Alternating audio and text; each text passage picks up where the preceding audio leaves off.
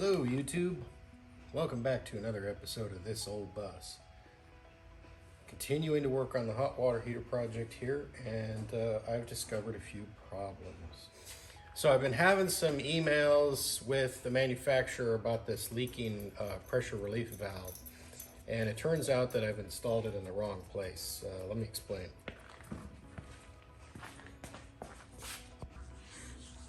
So the documentation was not all that clear. It showed a valve up here and a valve down here on the cold side. Well, I've installed this on the wrong side. So I need to put this down here on the input side and reverse it, reverse the direction, because I guess it's designed for the cold water input side, where I thought it was a high pressure, hot water heater malfunctioning relief type thing. So I've got to move this down here to the input side.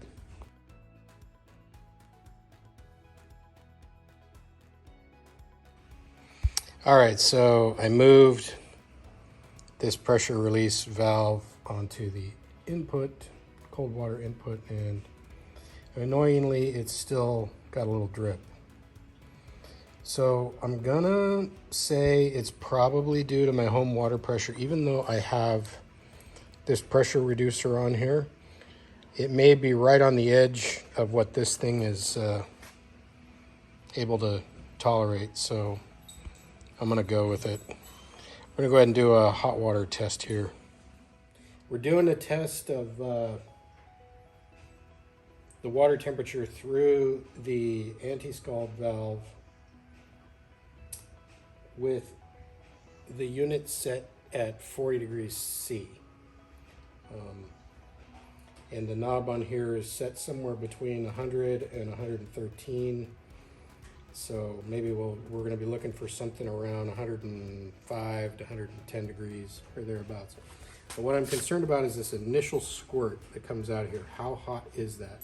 I want to capture that.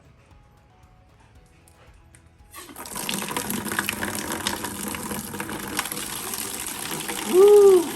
I saw 136. Oh, sorry, was that 113? I don't know. 112. I'm reading it upside down.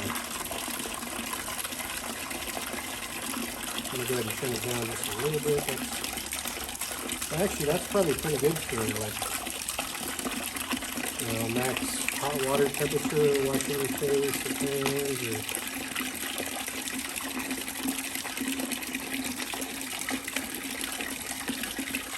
All right, I'm gonna shut it off. Let's see if we can review and see how hot that initial spurt was.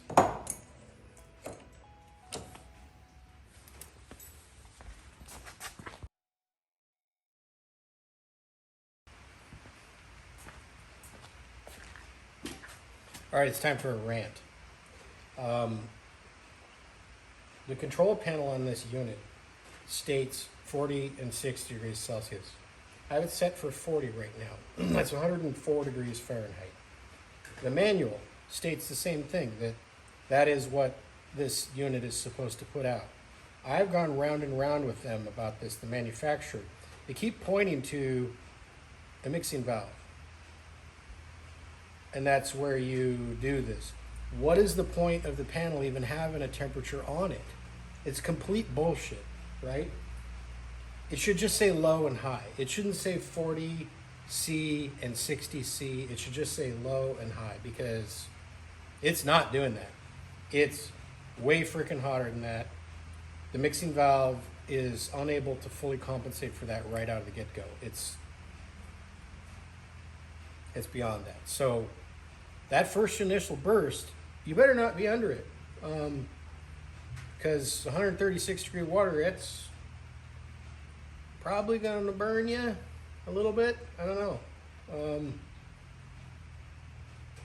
Yeah, that's going to burn you, because I think 125 is around the standard that things are set to on like the hottest hot on the U.S. hot water heater stuff. Not a plumber, I don't know the regs, but Yeah, it's kind of bullshit. So I don't think you would have that problem with a Truma. I think the Chinese have copied this, but that part of it, you know, the temperature regulation is BS, and it's basically low and high. It's hot or much hotter. Now you do kind of need it hotter because this thing's only got like 2.5 gallons of water in it. So I mean, there is a little bit of a benefit to having it be, you know, hotter, and you know, getting some more length out of it through using the mixing valve and your shower head. But end rant. That's it. You need to know this if you're considering one of these things. So yeah, I mean, I saved over $1,000 going this route. Actually, the Truma, I don't even think they make a US version of this. Like, you know, theirs is set up for 230 volt, right? Or 120 volt here. So I'm running it on diesel right now for these tests, but yeah. All right, I just removed the front panel that goes on the outside of the bus. It holds and seals the water heater in. That is what a typical RV hot water heater looks like without its face panel on it and without the styrofoam around it. They put styrofoam on it, makes it look square, but it's not, it's a tank. So I got that apart without destroying it. The means that they hold these on by were these pressed on rings that I had to snap apart. They go like this. So these rings sandwich that and make a positive seal. Did I rip that? That's a scratch. They make a positive seal because obviously there's carbon monoxide. You know, this is combustion here. So that keeps that sealed up good, and there's a gasket that goes in there too. This keeps the combustion gases on the outside of the coach. So I have to do a similar thing with the new one, and I need this to start that process. So obviously the old water heater, I don't know what you call this, casing's got some holes in it. Can't have that, so I'm going to traced it onto this piece of sheet metal here, and I'm going to go ahead and make a solid backing piece to secure over this. Well, I'm rethinking what I was going to do here with this thing. Just getting ready to sandwich this piece of metal that I cut to fit the back of this with some VHB tape, or, well, the Home Depot equivalent of VHB tape. I don't know if that's the real thing or not, but strong enough. So I was going to sandwich that in here, cut out a single hole for the exhaust pipe to pass through, and I'm thinking I want to change that up. Let me explain. So that piece installs in the side of my bus here, and that door goes over it. But I want to be able to access this for servicing. Just, you know, it's nice to be able to stand here and service the hot water heater if there's a problem. And if I do like I planned, my access will be blocked through this hole. So I think what I want to do is change it up so it's open in the back.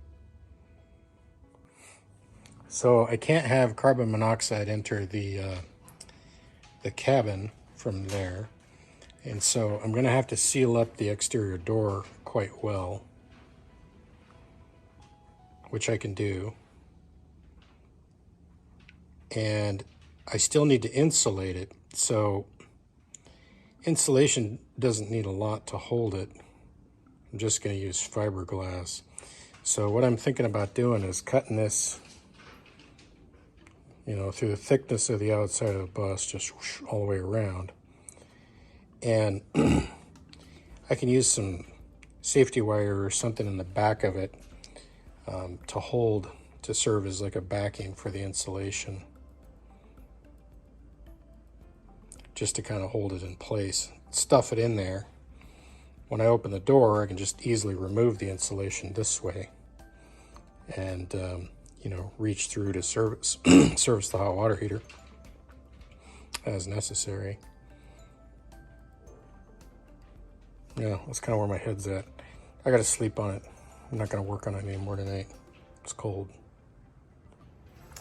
Well, that's it for this weekend's adventures on this old bus. If you have any thoughts or questions or comments, feel free to ask them below. And make sure you're subscribed so you can stay up to date on the project. Thanks for watching.